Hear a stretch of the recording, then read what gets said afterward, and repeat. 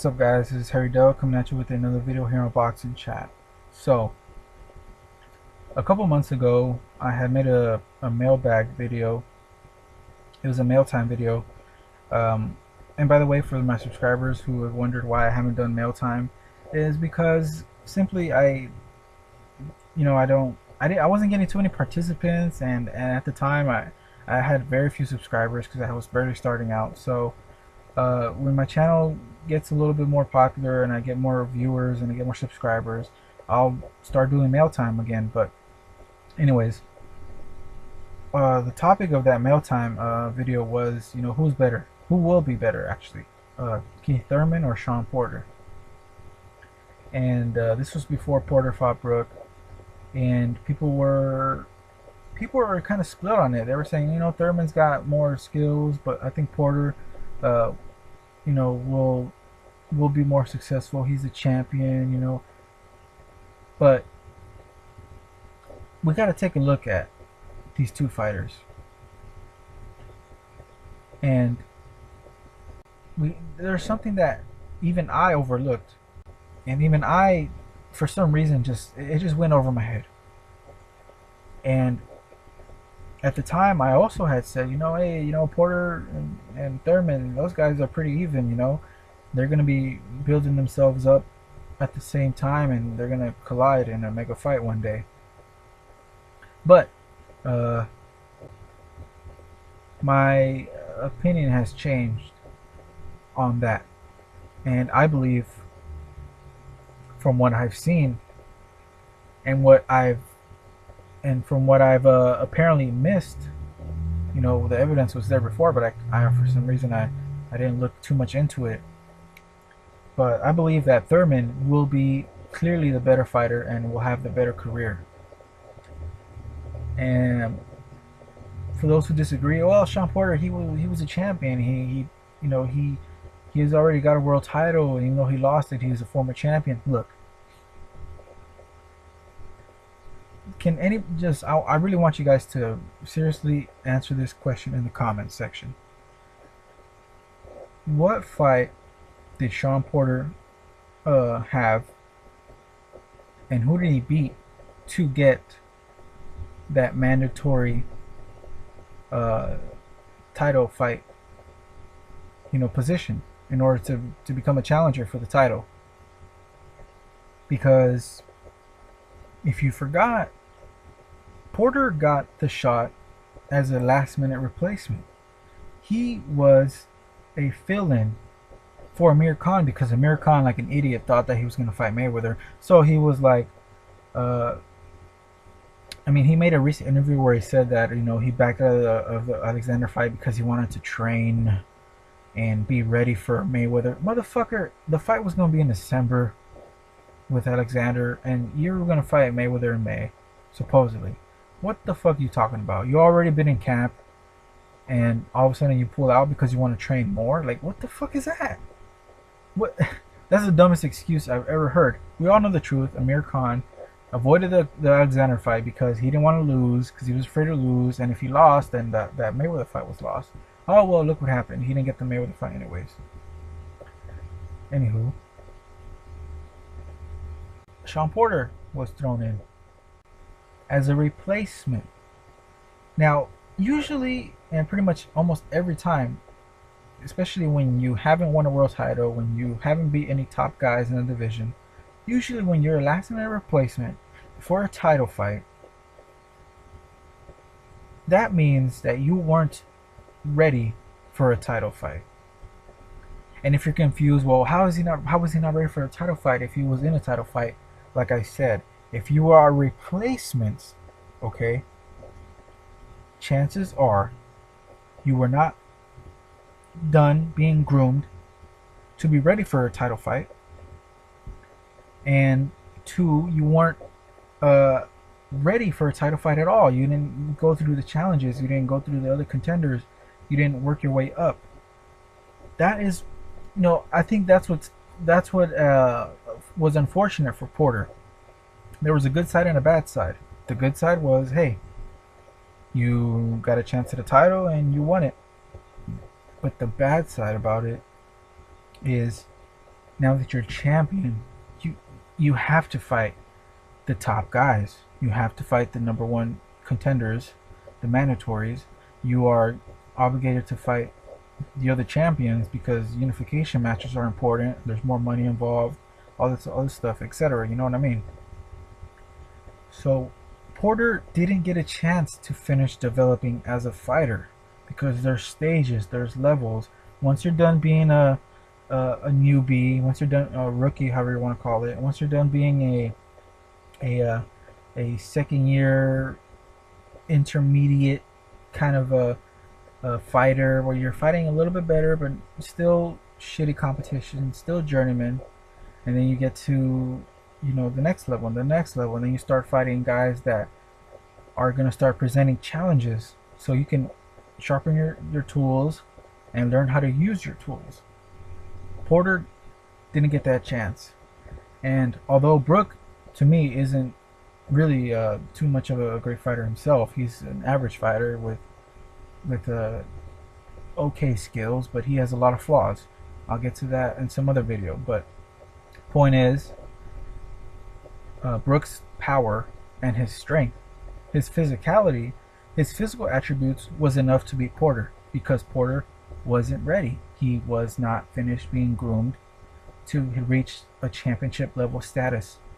So, I mean, it's similar to what happened to Jermain Taylor. If you know the story about Jermain Taylor, he was a young, undefeated, contender, top prospect, and then he got in there with Bernard Hopkins. His style was perfect for Hopkins, and he was able to outwork Hopkins and beat Hopkins. And then he became champion. Then, of course, he fought him again, and then he beat him again. But he didn't get a chance to finish developing as a fighter. So then he got in there with Pavlik, lost. Then he got in there with twice, and he got knocked out. Then he started fighting Froch, Abraham. He started fighting guys that were actually better than him, even though he was a champion and he was the one that beat Bernard Hopkins. He, like I said, didn't finish developing to reach a championship level. So when he was fighting guys who were probably above him, remember, just because you don't have a belt doesn't mean that you're better than the one, that you're not better than the one who has a belt, okay? Keep that in mind. And the guys he started facing were guys that had worked their way up, that were groomed, little by little, step by step, to reach championship level status in their physique, in their skill set, in the way they use their tools. Because if you have tools, and if they're not sharpened up, and if you haven't learned how to use them correctly, and if you haven't been challenged, even if it's slightly, even if it's a certain challenge for this fight and a certain other challenge in another fight, it starts to build experience, and that's what has happened to Shawn Porter, and that's why he looked terrible against Brook. He couldn't make adjustments. He came in reckless. He was reckless and relentless at the same time. I mean, that's just the worst combination, guys. To be reckless and relentless with your recklessness, you know what I mean? And that pretty much cost him the fight.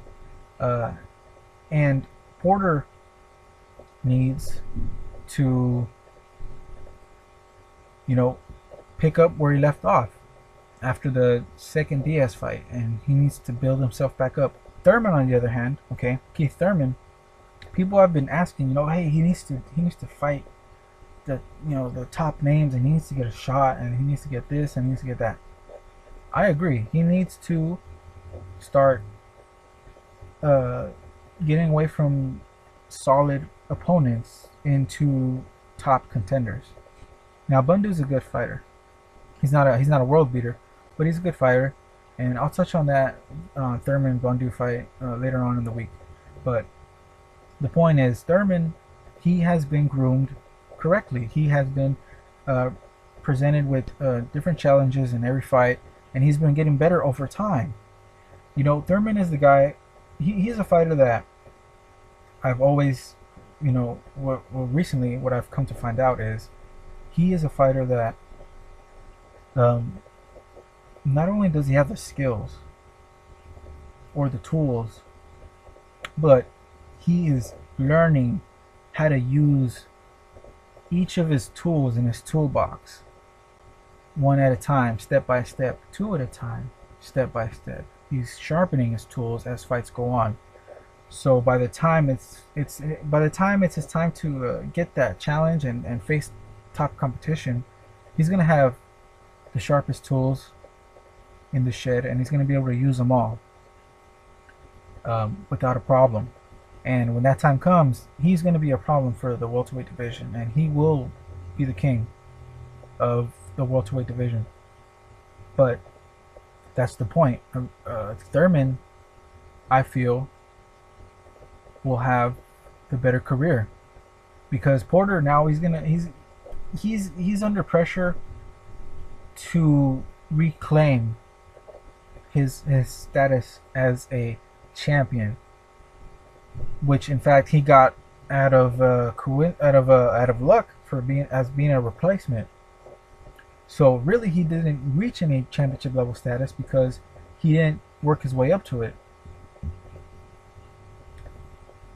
Well, for those who are saying, well, then why did he take the fight if he wasn't ready? I mean, if you get a shot at a title, seriously, you're not going to take the fight? If you got a chance to be world champion, you're not going to take the fight? Of course you're going to say yes. But the handlers are the ones that be like, you know what? You're not ready, man. Because after, if let's say you do win, then you got to start fighting the mandatory guys, the top contenders who have worked their way up, and they've faced adversity, and they've conquered certain goals, and they've been able to get through certain tough situations in their career. You're young, talented, but you still have ways to go, and that's what happened to Porter. They threw him in there, and almost like they didn't care. They're like, all right, just go ahead, man, see what happens. And look, it's still early to determine whether Porter is going to be another Victor Ortiz, or another Andre Berto, or he's going to be a Timothy Bradley. We're not. It's a little too early to tell, but by the way, this interviews that he has had recently, it seems like he's trying to catch up to a level that he didn't even reach yet in the first place. And what happens when you do that is you start to rush.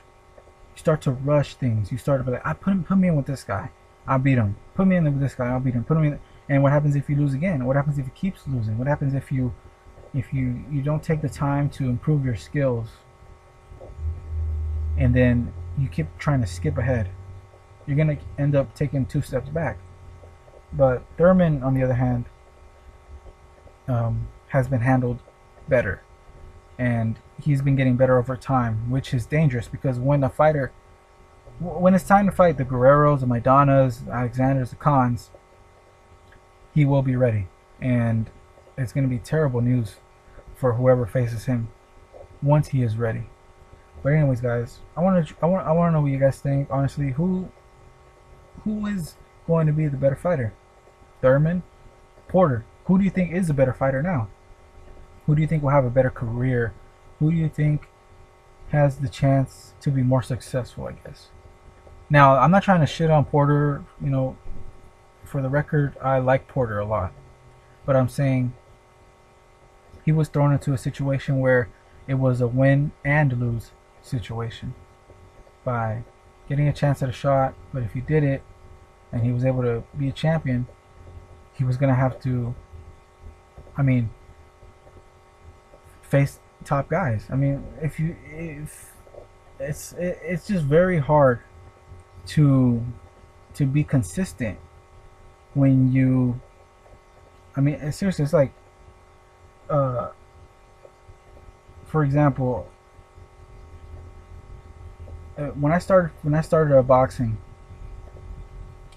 I wasn't immediately, I wasn't going to, all right, let me get in there with the amateur guy that has already 10 fights. That's not a lot. They're amateurs. When you're an amateur, you work your way up just to get your first fight. So let's say, what if I beat this guy with only 10 wins? Maybe my power was a little too much. Maybe I just got him with the right shot. Maybe stylistically, I was able to take certain advantages and I win. Then all of a sudden, there's an expectation. Oh, now you gotta beat a guy with a better record. Now you gotta beat a guy who has more skills. But yet, it was just a stroke of luck and a little bit of skill, a little bit of this, a little bit of that. But in the end, what's gonna do is just gonna not give me a chance to develop. So, I mean, that works in every level, especially in the professional ranks. And I feel Porter needs to take it easy, slow down, and work on his craft. But all right, anyways, guys, let me know what you guys think in the comments section below. Until next time, see you later.